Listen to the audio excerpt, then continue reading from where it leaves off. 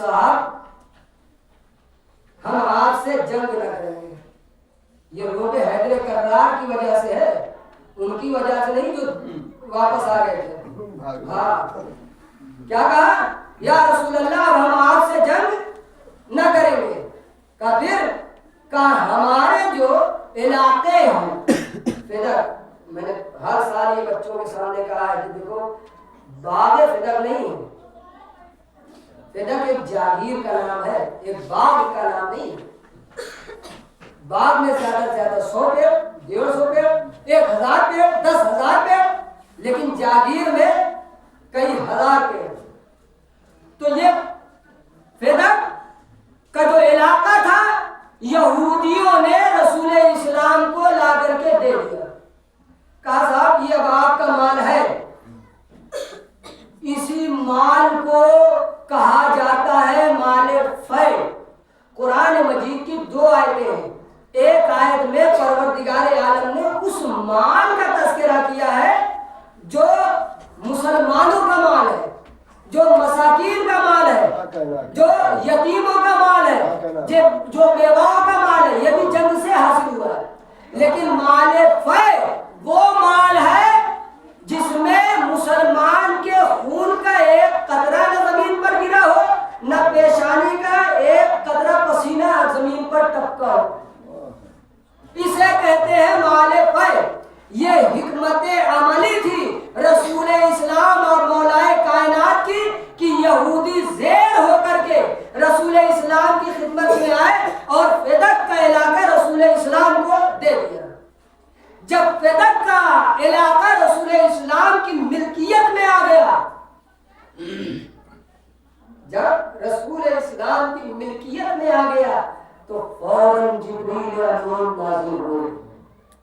سورۃ اسراء کی آیت یہ دیکھا گے, بسم اللہ الرحمن الرحیم وآت ذی القربى حقہ. میرے رسول ذی القربى کو ان کا حق دے دیجیے.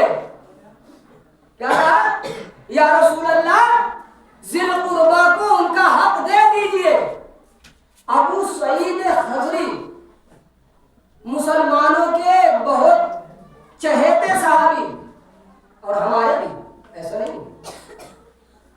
اب یہ کتاب کا نام ایک صلوات پڑھیے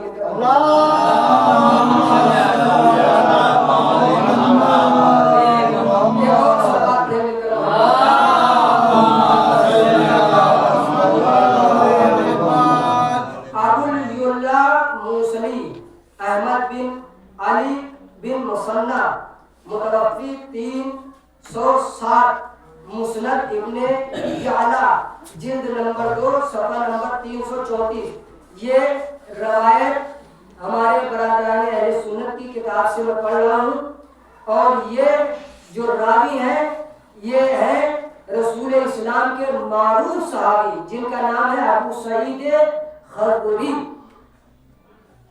یہ اس آیت کریمہ کے بارے میں فرماتے ہیں کہ جب یہ آیت نازل ہوئی وآت ذی القربى حقہ, تو رسول اسلام نے اپنی بیٹی حضرت فاطمہ کو اپنے پاس بلایا اور فدق ان کے حوالے کر دیا, فدق انہیں عطا کر دیا. سبحان اللہ. سمجھ گئے؟ رسول اسلام نے اپنی زندگی میں فاطمہ کو فدق ہبا کر دیا تھا, فاطمہ کو فدق عطا کر دیا تھا, فاطمہ کو فدق دے دیا تھا. اب عزیزان محترم, شہزادی نے جب تک بابا باحیات رہے تب تک رسول اسلام کا عامل اس علاقے پر, اس جاگیر پر کام کاج کرتا تھا, اور یہ علاقہ بڑا زرخیز, وہاں پانی کے چشمے تھے, بہترین شیریں پانی نکلتا تھا, اور وہ زمینیں بنجر نہیں تھیں بلکہ اپجاؤ زمینیں تھیں. وہاں کی کھیتیاں لہلہا رہی تھیں, ہوا خوشگوار تھی, پانی کا بندوبست تھا, اور وہاں جو سب سے زیادہ کھیتی ہوتی تھی وہ کھجور کے درخت کی ہوتی تھی. رسول اسلام نے اپنی زندگی میں, اپنی حیات طیبہ میں رسول اسلام نے اس علاقے میں 11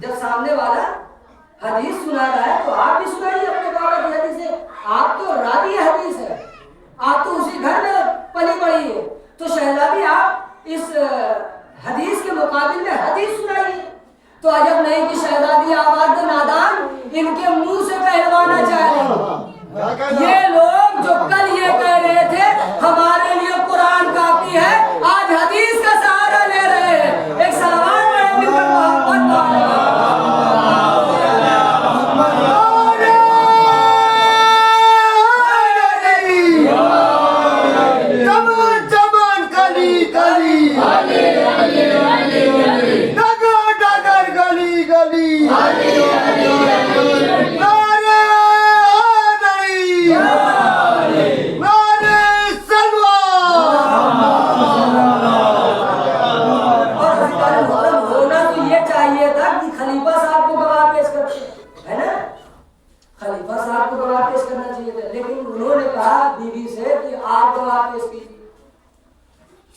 اور سامنے والے نے بیوی کے تمام گواہوں کو ٹھکرا دیا. گواہوں میں کون کون؟ علی مرتضیٰ, حسنین علیہ السلام اور اس کے علاوہ رسول اسلام کی ایک چہیتی, رسول اسلام کی ایک چہیتی کنیز, انہوں نے بھی گواہی پیش کی, لیکن ان تمام گواہیوں کو رد کر دیا گیا. تو عزیزان محترم جب شہزادی نے اپنا مقدمہ رکھا تو ابو بکر نے ایک سند لکھ دی اور کہا کہ یہ بات آپ کا ہے. جیسے ہی شہزادی یہ رقعہ لے کر کے نکلی تو راستے میں 2 نمبری مل گیا. اس نے شہزادی کے ہاتھ سے وہ رقعہ اٹھایا اور اسے پھاڑ دیا, اور پھاڑنے کے بعد پھر دربار میں وہ آیا اور کہنے لگا کہ اگر آج تم فدق دے دو گے اگر آپ تم فدق دے دو گے تو کل بیوی اپنے شوہر کے حق کو مانیں گی. اور عزیزان محترم یہی ہوا. میں مسلمانوں کے ایک بہت بڑے رائٹر جو شارح نہج البلاغہ ہے, شارح نہج البلاغہ جو اس وقت نہج البلاغہ ہم لوگ پڑھ رہے ہیں, اس کی شرح کرنے والے معتزلی صاحب جو ہے وہ برادران اہل سنت کے بہت معتبر نام میں سے ہے. ان کے ایک شاگرد نے اس سے پوچھا کہ یہ بتاؤ استاد کہ کیا فاطمہ حق پر تھی؟ تو انہوں نے اس کو قریب بلایا اور قریب بلانے کو دھیرے سے کہا کہ ہاں فاطمہ حق پر تھی. شاگرد نے پوچھا کہ یہ بتا جب فاطمہ حق پر تھی تو ان کو ان کا حق کیوں نہ دیا گیا؟ تو وہی جواب انہوں نے دیا کہ اگر فدق دے دیا جاتا تو علی اپنی جانشینی کا دعویٰ پیش کر دیتے, بی بی اپنے شوہر کی جانشینی کا دعویٰ پیش کر دیتے, تو نہ ہمارے پاس مال ہوتا اور نہ حکومت ہوتی. ایک سلوات پڑھے بھی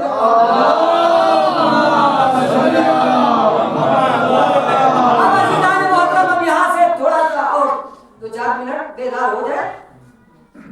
کہا یہ جاتا ہے صاحب معاشر الانبیاء ہے یہ والی حدیث جو ابو بکر نے دربار میں سنائی. تو ٹھیک ہے, یہ مسلمانوں کا مال ہے, بیت المال کا مال ہے, مسلمانوں میں تقسیم ہوگا. تو میں اپنے بھارت کے مسلمانوں سے کم پوچھنے کا حق رکھتا ہوں کہ وہ مجھے بتائیں کہ جب فدق کی جاگیر مسلمانوں کا حق ہے تو تمہیں کتنی کھجوریں ملی؟ ابھی تک تمہیں کتنی کھجوریں ملی؟ کہیں گے مولانا کھجوریں کیا, جب وہاں جاؤ تو دھکے ملتے ہیں, کھجوریں کیا ملیں گی؟ ایک سلوات پڑھیے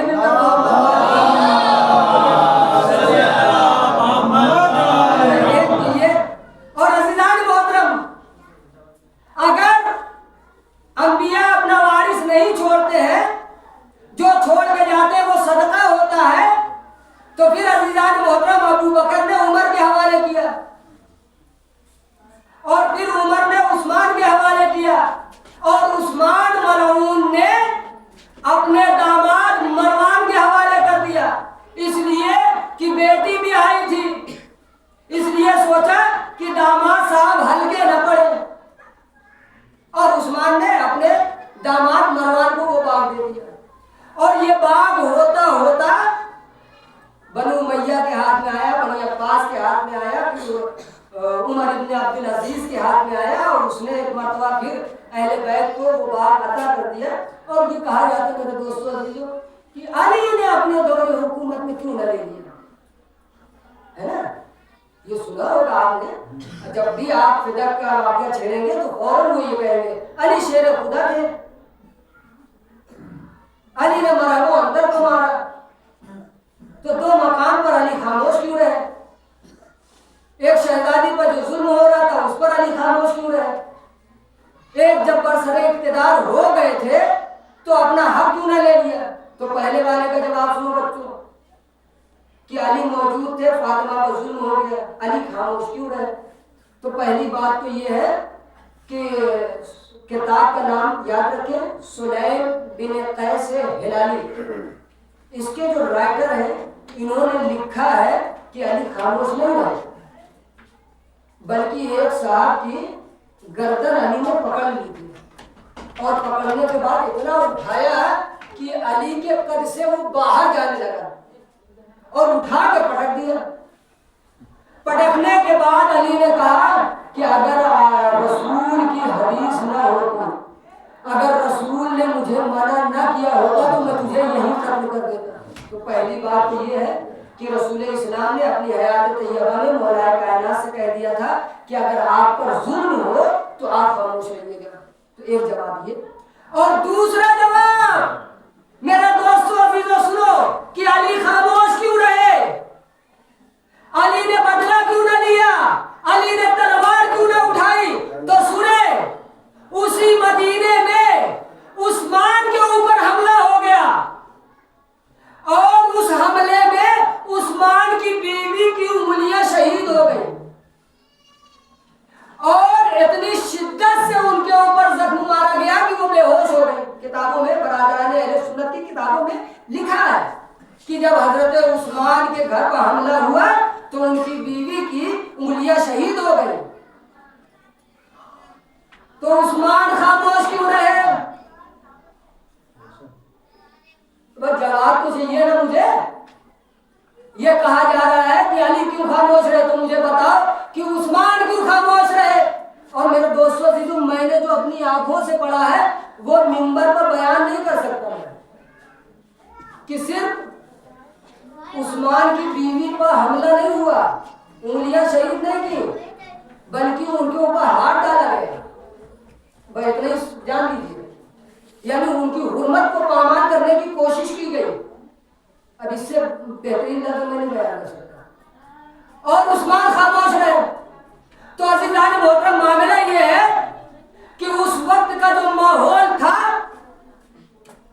ازواج رسول میں ہی کچھ بیویاں ایسی تھیں جو عثمان کی مخالف تھیں، جن میں سر فہرست مسلمانوں کی ماں حضرت عائشہ تھی۔ ہوا یوں کہ رسول اسلام کی آنکھ بند ہو جانے کے بعد حضرت عثمان نے ازواج رسول کا جو تحفہ تھا، جو ہدیہ تھا، جو شہریہ تھا، اس میں کٹوتی کر دی تھی۔ جب یہ بات مسلمانوں کی ماں حضرت عائشہ کے کانوں میں پڑی تو یہ رسول اللہ کی نالین مبارک لے کے گئی، اور بھرے دربار میں عثمان کے سامنے پٹکا پھینکا اور کہا تجھے شرم نہیں آتی؟ ابھی رسول اسلام کی نالین مبارک بھی گندی نہ ہوئی، تم نے شریعت میں تبدیلی کر دی۔ کاٹا کیا تھا عثمان نے؟ وظیفہ کاٹا تھا۔ اور اماں کیا کہہ رہی ہیں؟ کہہ رہے ابھی رسول اللہ کی نالین مبارک گندی نہ ہوئی تھی، تم نے شریعت میں تبدیلی کر دی۔ تو پہلی تو دشمن یہی تھی۔ ہاں میرے دوستوں، میں سچ بتا رہا ہوں۔ تو اس لیے حضرت عثمان خاموش رہے۔ علی نے تلوار اسی لیے نہ اٹھائی کہ علی یہ چاہتے تھے کہ ان کے ظلم کو اور بڑھایا جائے تاکہ ان کی سزا آخرت میں اور زیادہ ہو، اور ان کی سزا لوگوں کے لیے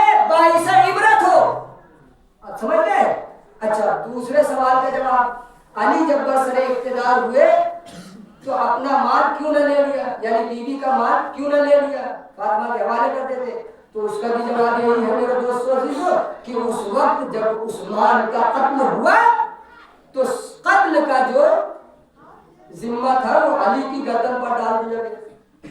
سب نے سنا ہے کہ انہیں عثمان کا بدلہ لینے کے لیے اماں اٹھی تھی اور اس کا نتیجہ جنگ جمل۔ جنگ جمل اسی لیے ہوئی کہ علی نے عثمان کو قتل کر دیا، اسی لیے اماں اٹھی اور کہا کہ عثمان کا بدلہ لیں گے۔ کل تک وہی اماں ان کی دشمن تھی، آج حمایتی ہو گئی، کہنے لگی کہ عثمان مظلوم مارے گئے، لہذا علی سے بدلہ لینا ہے، چلو بس، اور جنگ جمل واقع ہو گئی۔ تو عزیزان محترم، جہاں پر تمام اطراف سے علی پر یلغار ہو رہا تھا، اس لیے علی نے فدق بیوی کے حوالے نہیں کیا اپنی حیات طیبہ میں، اپنے دور حکومت میں، اس لیے مولا کائنات نے وہ فدق واپس نہ لیا۔ تو عزیزان محترم، اور اس کے بعد 7ویں امام کا دور آیا۔ میں بہت تیزی سے اپنی آخری منزل پر آ رہا ہوں۔ 7ویں امام کا جب دور آیا اور اس کے بعد جب ہمارے آقا و مولا 7ویں امام کے دور میں بھی جو بادشاہ تھا اس نے 7ویں امام سے پوچھا تھا کہ یہ بتائیے کہ آپ کا حق کیا ہے؟ تو رسول کے اس بیٹے نے یعنی 7ویں مولا نے حدود اربع بتایا اس کے، یعنی اس کی اراضی کتنی ہے، اس کی لمبائی اور چوڑائی کتنی ہے۔ تو اس نے کہا کہ صاحب اگر ہم آپ کو فدق دے دیں گے تو ہماری حکومت کا کیا ہوگا؟ اور یہی چیز مامون نے ہمارے اور آپ کے آقا و مولا اور آپ کے جد امجد مولا رضا علیہ السلام سے کہا۔ اس نے کہا کہ ہم یہ چاہتے ہیں کہ آپ کو آپ کا حق دے دیں۔ مولا نے ارشاد کرا تم دے نہ پاؤ، کہیں بتائیں تو عزیزان محترم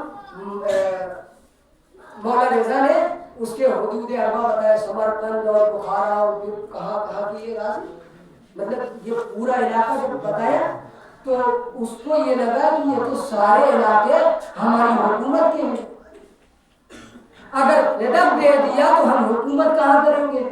تو عزیزان محترم پھر مولا رضا نے کہا کہ ہم کہہ رہے تھے کہ تم دے نہ پاؤ۔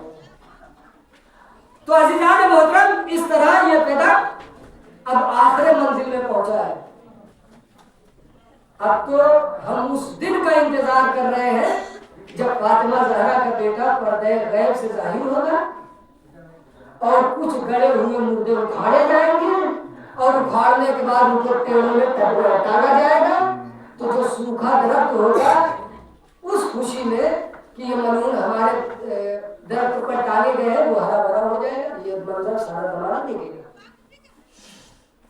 اور عزیزان محترم آخری اس سوال کا جواب کہ کیا اللہ کو یہ نہیں پتا تھا کہ شیطان مردود ہے، شیطان رجیم ہے، تو وہ ملائکہ سے اتنا قریب ہو کر کے کیوں رہا؟ تو عزیزان محترم اللہ سے قریب اور ملائکہ سے قریب شیطان اس لیے رہا کہ اللہ ڈھیل دے رہا تھا۔ تو جب ظالمین سے بدلہ لینا ہوتا ہے تو اللہ کا طریقہ کار یہ ہے کہ وہ ظالموں کو ڈھیل دیتا ہے۔ بھائی قارون کے پاس مال اتنا آیا کیسے؟ اللہ تبھی مار دیتا جب یہ پیدا ہوا تھا۔ موسیٰ اپنے کو خدا کہہ رہا تھا تو پروردگار عالم اس کو وہی کو مار دیتا۔ یہ کیا اتنے دنوں کے بعد وہ اپنی خدائی کا دعویٰ کرنے کے بعد دریائے نیل میں ڈبویا، پہلے ہی مار دیتا، لیکن نہیں کیا، اللہ ڈھیل دینا چاہتا ہے تاکہ ظالموں کے گناہ میں اضافہ ہو جائے اور پھر میدان محشر میں لوگ ان کی عبرت ناک سزا کو ملاحظہ فرمائیں۔ میرے دوستو عزیزو، یہ ہے فدق کا المختصر۔ المختصر میں نے اس لیے کہا ہے کہ یہ کوزے کا ایک سمندر بھی نہیں تھا جو میں نے آپ کو بیان کیا، ابھی پانی تو پتہ نہیں کتنا ہے۔ تو یہ باغ نہیں تھا بلکہ ایک جاگیر تھی، اور اس جاگیر کے علاوہ مدینے کے 7 جاگیریں ایسی بھی تھیں جن کو حکومت نے اپنے قبضے میں لے لیا، اور آزاداران مظلوم کربلا شہزادی دربار میں آئے، اپنے حق کا مطالبہ کرنے ساتھ میں ابو حسن ہے، ساتھ میں حسنین علیہ السلام ہے۔ رسول اسلام کی ایک چہتی صحابیہ، ایک چہتی کنیز بھی شہزادی کے ساتھ دربار میں ہے۔ ایک جملہ تو شہزادی سے دیدی، آپ جس دور میں دربار میں آئی ہیں آپ تنہا نہیں آئی، کم سے کم آپ کے ساتھ علی مرتضیٰ ہے، کم سے کم آپ کے ساتھ آپ کے بیٹے حسنین علیہ السلام ہے، آپ کے ساتھ آپ کی کنیز خاص ہے۔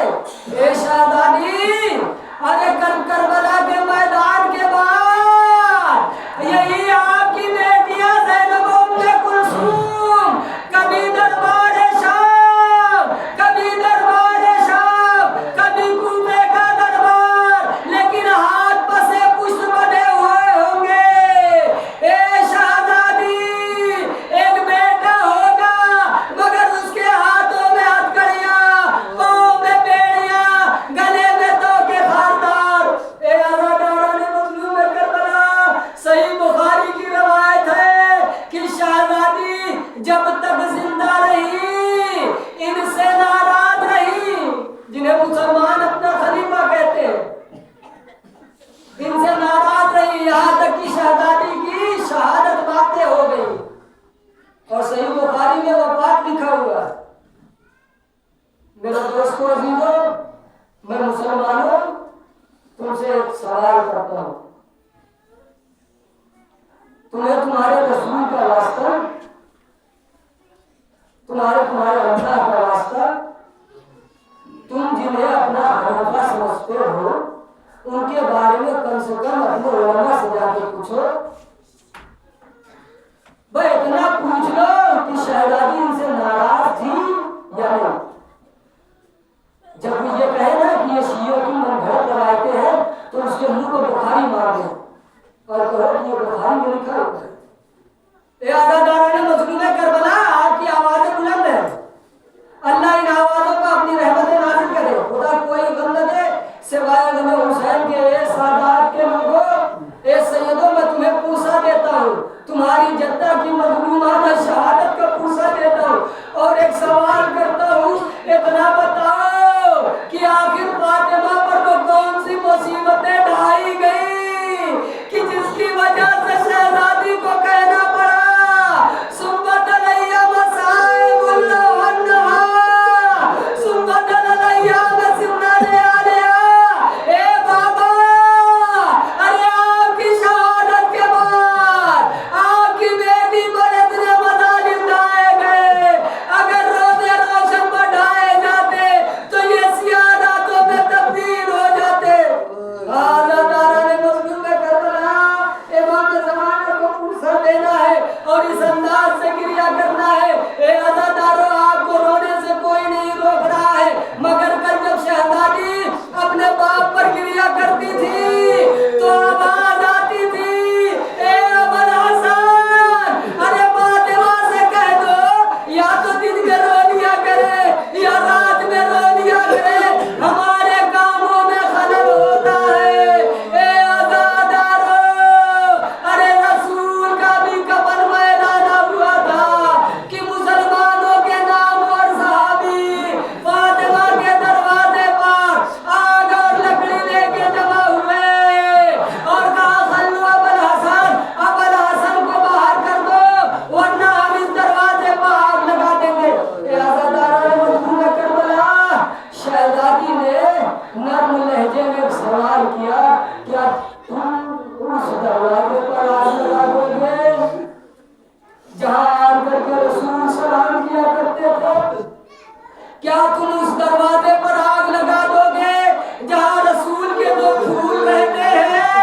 اے عزاداران مظلوم کربلا، ارے کہا ہی نہیں گیا بلکہ دروازے پر آگ لگائی گئی۔ اے عزاداروں، بٹھیر کے ایک جملہ اور سنو، علامہ شبلی نعمانی لکھتے ہیں، اس واقعے کو لکھتے لکھتے انہوں نے اتنا لکھا کہ تاریخ کچھ بھی کہے مگر خلیفہ سے یہ بعید نہیں ہے کہ وہ فاطمہ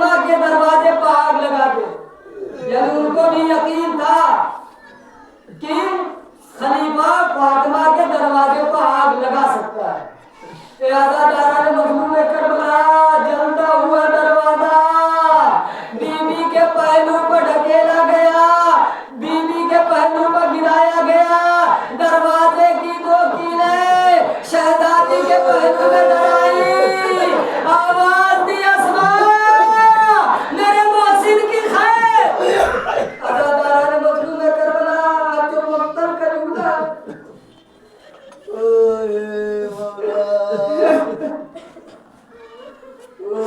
اب جو مقتل کا جملہ ہے وہ سنائے بغیر نہیں رہوں گا۔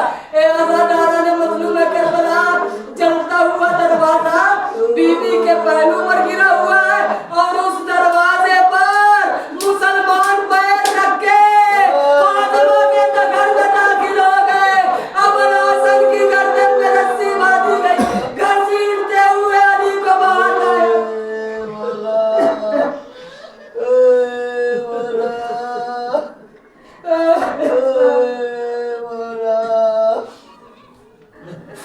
علی کو باہر لایا گیا، فاطمہ بے ہوش ہو گئی، لیکن جیسے ہی یہ واقع ہوا پوچھا اما پزا ابو الحسن کہاں ہے؟ لوگوں بی بی نے کہا اے شہزادی ابو الحسن کی گردن میں رسی کا پھندا ڈال کے مسلمان آپ کے بابا کی مسجد میں لے گئے۔ اے عزادارو، ارے علی کے گردن میں رسی کا پھندا تھا، رسی کا پھندا، مگر آئے میرا بیمار امام جس کے ہاتھوں میں ہتھکڑیاں، پیروں میں بیڑیاں، گلے میں تو کے خاردار۔ عزاداران مظلوم کربلا، لو شہزادی مسجد میں آ گئی، ایک آواز بلند کی، خلو ابو الحسن کو چھوڑ دو ورنہ میں اپنے سر کے بال بھی کرا دوں گی۔ اے عزادارو، ابھی شہزادی نے فقط کہا تھا، یہ جملہ شہزادی کے منہ سے نکلا تھا، بالوں کو پریشان نہیں کیا تھا۔ اے عزادارو، مقتل کا جملہ ہے کہ مسجد کی دیواریں بلند ہوئی اور اتنی بلند ہوئی کہ ایک آدمی نیچے سے گزر سکتا تھا۔ اے عزادارو، ارے باپ کی مسجد ہے، حسین رسول کی بیٹی ہے، فقط کہا ہے کہ میں اپنے سر کے بال بکھرا دوں گی۔